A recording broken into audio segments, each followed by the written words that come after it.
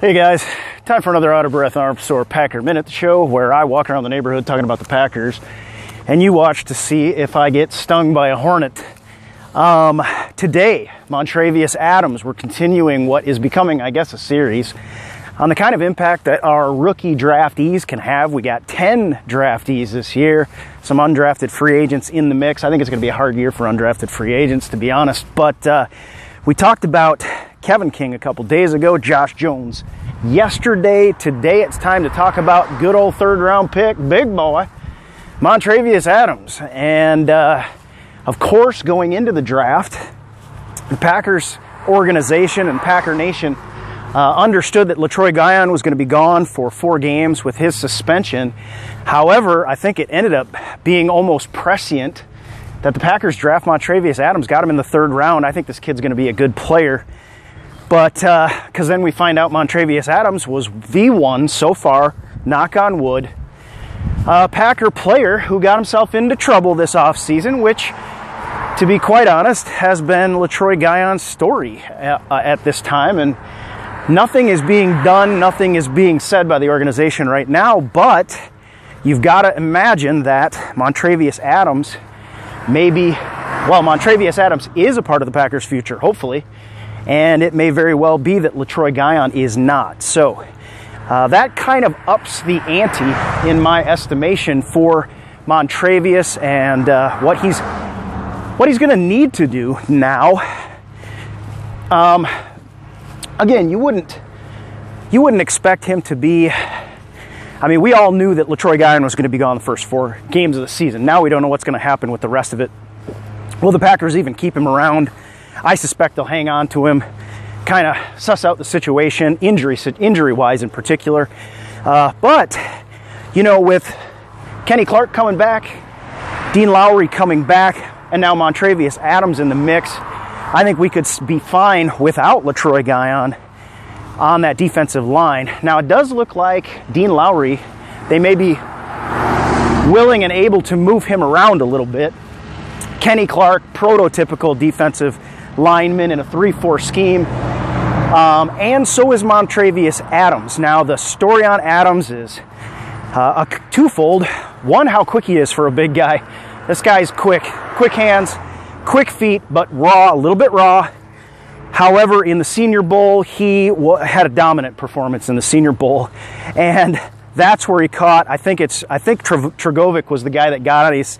He was asked about his Senior Bowl performance. He said, "Yeah, that's where he caught our eye," and that's a big game, guys. That's a big player coming up big time in a big game. I think that's important. Get this guy. Man, this telephone pole is like cracked up. Holy smokes, that thing got blown. Put this guy with Tragovic and the defensive line coaching staff and let him learn. He's not going to have to be thrown into the mix, thrown into the fire, so to speak, in terms of the expectations don't have to be quite that high as, say, for Kenny Clark. I mean, Kenny Clark, 1st-round draft pick, he's coming into his 2nd year. The expectations for him are very high, and he seems to be responding very well to that. I have no problem with that, especially with a guy like Kenny Clark. Montravius Adams, though, on the other hand, the expectations aren't super high with him. I know some in Packer Nation are expecting him to go out there and be a world beater the minute he sets foot on the field. I think it's going to take a little time for Adams to come around. He's got to learn the pro game. I think once he gets his leverages down and his assignments down pat, and he understands this defense conceptually, then I think when it clicks for him, this cat's going to be a good player. Now, you add him to a defensive line now that has, we've got stud Mike Daniels there. We've got now Ricky Jean-Francois that's been brought into the fold this offseason.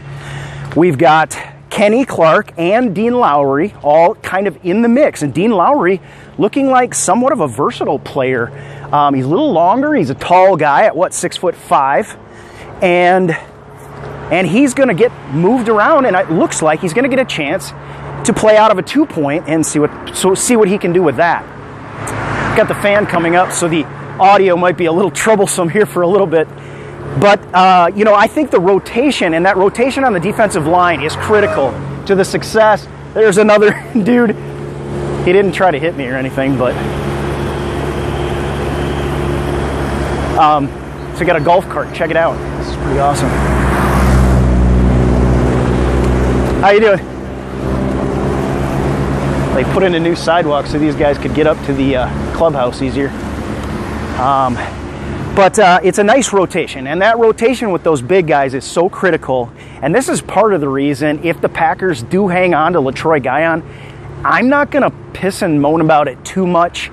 Even though I do think, you know, there's all this sort of moral outrage. I feel it too. But if they hang on to him, I'm probably not going to be too bent out of shape about it, because that defensive line rotation is incredibly important. Those big guys, they're big guys.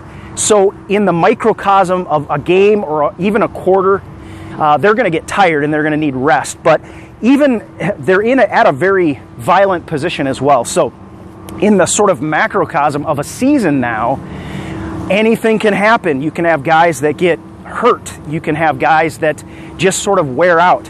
And to be quite honest, one example I would use is LaTroy Guion. Early in the season, LaTroy Guion was playing some dang good football. I mean, the guy looked fairly dominant from time to time. And then he all but disappeared after that. So it's going to be interesting to see, you know, how LaTroy Guion can perform once he gets back, if he is back. But these young guys that we've got, they're going to have fresher legs, but anything can happen. So you need that rotation. You're going to need Kenny Clark. You're going to need Dean Lowry. You know, we're going to need Daniels to stay healthy. We're going to need Ricky Jean-Francois as kind of a run stuffer, I think, to stay healthy. And in that mix, here comes Montravius Adams, because anything can happen, right? So here comes a car straight at me. I don't have anywhere to go here. I'll wave. I'll act like it's perfectly normal, which it is not. It's all right. I can live with it. We're talking about the Packers. It's more important. So at any rate, what can Montravius Adams do? So we'll get down to brass tacks. I look for Montravius Adams in the preseason to work on his technique, work on his form, and of course he's got to completely digest the defense. However, at the defensive line position, it's a little bit easier than, say, a perimeter cornerback who's being asked to play perimeter slot and some safety. You know, you've got guys like Josh Jones out there that, you know, there's going to be a lot on their plate. There's not going to be quite as much, I don't think, on Montravius Adams' plate. I look for him in the preseason then to, number one, show that he's gap sound versus the run, and perhaps from time to time to flash a little bit of that dominance that we saw in the Senior Bowl. If he does that, and guys, I mean, training camp is 17 days away, dudes. I'm sorry, man, it's getting pretty exciting. And the preseason follows right on the heels of that. So we're going to get a chance, and I know everybody hates the preseason. Frankly, I love the preseason because we're going to get a chance to see guys like Montravius Adams get put into sort of difficult positions, and this is how the coaching staff approaches it. They throw them in the fire in the preseason and see what kind of skill sets they have, how they respond, what their mindset and psychology is, what their football intelligence is, and frankly, whether they can get the job done. And with that in mind, we go into the season with better developed, I think, young rookie players, because of our draft and develop philosophy and the fact that, at least in recent years, Mike McCarthy has very much focused on getting the young players in during the preseason and protecting, since the injury to Jordy Nelson, protecting the vets. And I do think this is an important step. To my mind, I would like to see the veterans and the starting group get a few more reps. I know it's risky, but a few more reps than they did last year.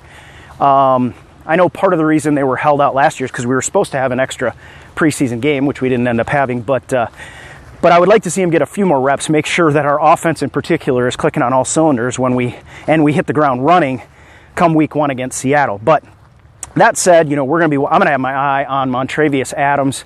I'm going to be watching him closely and seeing how he handles double teams, if he gets double teamed, if he plays two gap, whether he can remain sound. We saw Kenny Clark get his back get turned around from time to time.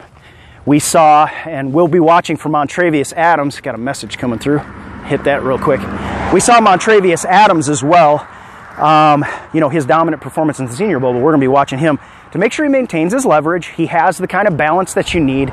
We know that with Mike Daniels, teaching him and Kenny Clark in the fold, that he's got a perfect learning situation. So my hope is that by mid-season, Montravius Adams is kind of showing his true colors as just a brutal football player, but also showing a little bit of advanced understanding of the game and soundness, especially in gap control. And if we can add to that a little bit of pass rush, which isn't something you get too much. We are a little bit spoiled with a 3-4 defense to have a guy like Mike Daniels that can just simply collapse a pocket almost single-handedly. And now if Kenny Clark comes on and Montravius is learning from him and Dean Lowry maybe out of a 2-point, there's a lot of combinations that could come in. And if Montravius Adams does truly develop, he could be a fairly important player down the stretch. This is a year in which I think everyone in Packer Nation would like to see Green Bay not falter and have to run the table to win the division and get in the playoffs, but to play up to their potential, to have a reasonably good defense. And if we have even a reasonably good defense, a upper half of the NFL defense that's pretty good in the red zone, for example, that this offense is going to score a lot of points now.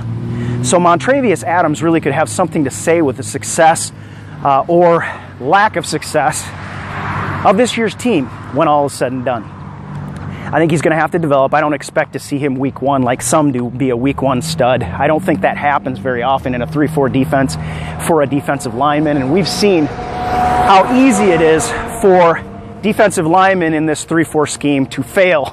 And I don't even want to name any names. You guys know who they are. We've seen Ted Thompson draft them in the first round and them not pan out.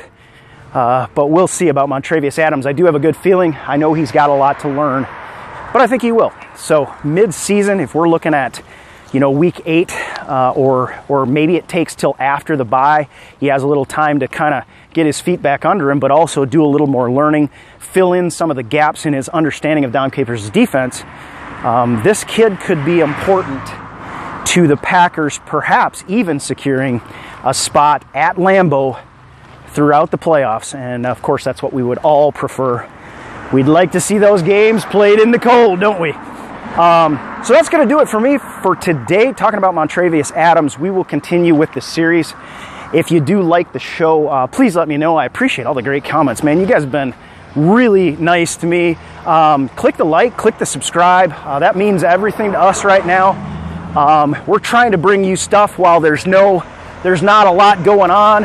And I'm going to jog across because check out what's bearing down on me right now. Oh, he's backing up. I got all excited and he's backing up.